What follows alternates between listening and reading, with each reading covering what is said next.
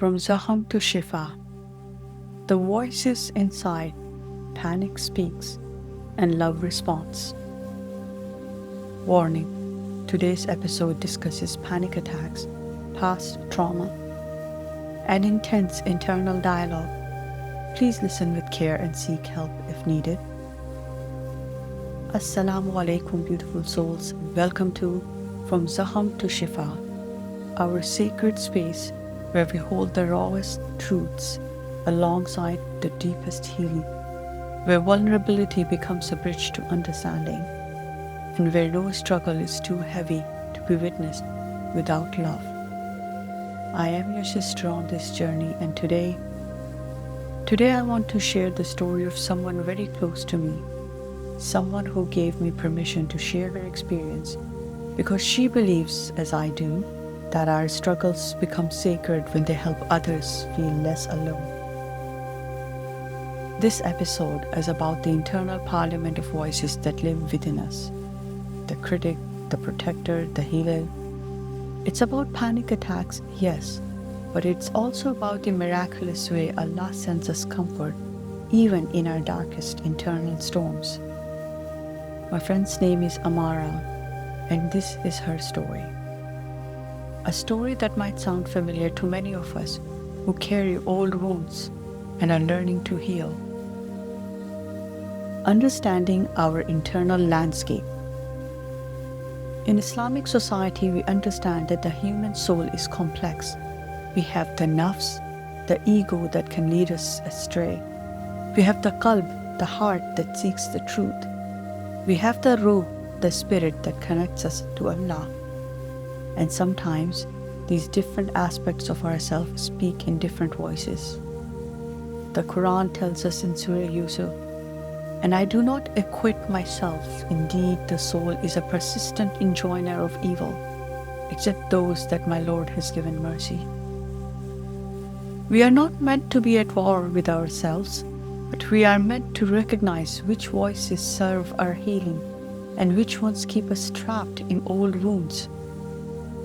What I am about to share with you is Amara's real experience, a panic attack she had not long ago, where you will hear the different voices that live in her mind. Some of these voices have faces, names, memories attached to them. Others represent the healing presence that Allah has placed in her life through therapy, through supportive relationships, through the slow work of recovery. Amara has been on a healing journey for years, working with therapists, learning to understand her trauma responses, and slowly building a relationship with the gentler voices in her mind. When the storm begins. As Amara told me her story, I could feel the weight of that moment when everything shifted. She was having a good day, feeling hopeful about a new relationship possibility, when suddenly she starts listening to the internal dialogue. There is a gentle voice that hasn't disappeared, even though Alex, the loud and sharp voice, hasn't given up. "I know you're scared, but not everyone is going to break your trust." "Alex, oh please, you want to talk about trust? Well then let's talk about Mike." And just like that, she felt it, the familiar ache. Alex knew exactly what to bring up. Remember how kind he seemed, how he said he wanted connection, how much you meant to him, that he would marry you? And how did that go? You were left confused and ashamed. You gave him your heart, and he ripped it apart. Alex was watching her unravel and pressed harder. "And now you want to trust someone else? After all that?" Under that heavy weight, the gentle voice still tried. "Yes, you can try again, because everyone is not like Mike, and you must try again, just carefully." Alex didn't like that. She felt the shift, like he was digging deeper. "Alex, fine. If Mike wasn't enough to remind you, let's talk about Salman. Remember him?" Another hit. "Alex, all those long talks, he saw your vulnerabilities. He used you And then he stepped back, saying, "You weren't enough." It was like Alex was behind the wheel, rearing her into old memories at every turn. She hated that Alex was right. She felt herself shrinking again. But then, barely above a whisper, the voice spoke again. "You believed his words, Amara. He gave you no reasons to doubt him." "Alex, you still don't get it, do you? You want me to give you more reasons? What about Nurji? I told you not to listen to him, not to go in. I told you to run, and what did you do? You stayed. You let him do that to you because you didn't want to disobey an elder. You thought being nice was more important than listening to me, someone keeping you safe. I tried to protect you, but you didn't listen to me. You got her." Her body went cold. She didn't have a response, not even from the gentle voice. Her chest tightened. She tried to take a full breath, but there was not enough air. She felt like she was drowning, like something was pulling her down. She started crying and saying aloud, "Please, no, please stop, please, please stop." She heard a whisper. It was a gentle voice again. But now she realized it wasn't just a vague voice. It was him. It was Chris, her therapist, whose voice had become a source of safety in her mind. It sounded like him, steady and calm. Or maybe it was what safety sounds like in her mind. "Chris, it's okay. You're all right. I'm right here." She could still feel the tightness in her chest, but the panic wasn't growing anymore. Her breathing was still uneven, and her body felt drained. Like she had just run miles but didn't go anywhere. And yet, she started feeling safe. "It's okay, I've got you. You're okay. You're not alone." Dear friends, let me pause here to say something important. In Islamic understanding, Allah sends us healing through many vessels. Through medication, through therapy, through positive, supportive relationships. The Prophet, peace be upon him, said, "Allah has not created a disease without having created for it a cure." Sometimes that cure comes to the voice of a therapist who has taught us to speak to ourselves with compassion. Sometimes it comes to the memory of someone who showed us what safety feels like. These are not replacements for our relationship with Allah. They are manifestations of His mercy. Now going back to Amara. The words didn't stop the panic, but they held her steady.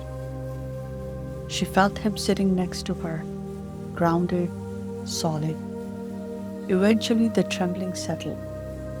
Her chest still felt sore, but she could sit upright now. She could open her eyes and see the room again. She felt tired in a way that went deeper than the body. She wasn't fighting anymore, but she wasn't okay either. And somewhere in that stillness, she could still feel Alex, not yelling now, just watching. There was a silence from him that wasn't surrender.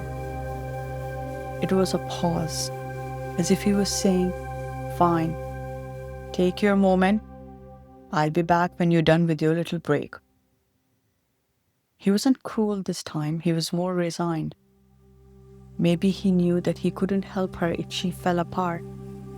He let go of the steering wheel, and then she heard another familiar voice, Devin, another therapist she had worked with. "It's okay, you're safe. Just breathe." And she did. And the room started to come back into focus. The walls, the ceiling, her hands on her thighs. Her jaw ached from how hard it had been clenched. In the hours after, everything felt quieter but not lighter. There was a heaviness in her body. Sometimes she just wanted to lie down. Not sleep exactly, but just not do anything. Not respond to messages, not make decisions. Not be a friend nor a worker, not even a mother. Just be still. From time to time, she heard the whisper, "You're okay, you made it through." She couldn't tell if it was Chris or Devin, and it didn't matter. She just believed it. But then Alex started to stir again. Not like before, not loud, but subtle. "You're weak. You can't keep doing this. You can't let your guard down." And she started to believe him too. The days following, she went through the motions. She took the kids where they needed to go. She responded to the emails. She showed up where she was expected. But inside, she was still tired. She avoided thinking too much, because when she did, they started to creep back in. The doubts, the fears, the images. Sometimes she even started to question if the gentle voice was real. If it was really Chris, would he still say those things? Or was it Devin? All she heard was, "I know it's hard, and I want you to know that I'm still here. I'm not going anywhere." It didn't matter who said it.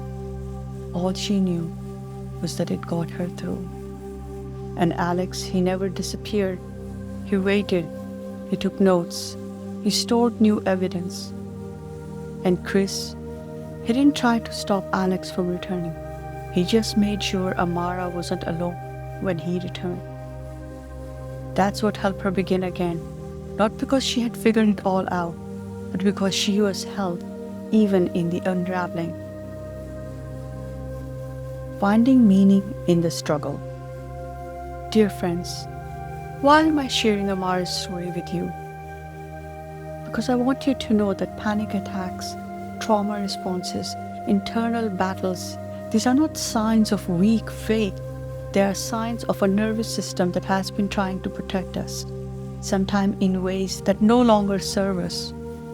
In Surah Al-Baqarah, Allah promises, Allah does not burden a soul beyond that what it can bear. Your struggles are not too much for you. Your healing journey is not too long. Your internal voices, even the critical ones, are there to keep you safe, even when they are misguided. The healing voices you hear, whether they sound like a therapist, a friend, or your own growing self-compassion, these are gifts from Allah. They are part of how He answers our dua for peace, for healing, for strength. Amara wanted me to tell you, if you recognize yourself in her story, please know there is no shame in seeking help. Therapy, medication, support groups, these are tools Allah has provided for our healing. Use them alongside your prayers, not instead of them. She also wanted me to share that the gentle voices do get stronger over time. The critical ones don't disappear, but they don't have to drive anymore. You are not broken, my beautiful souls. You are not too much. You are not alone in your internal storms.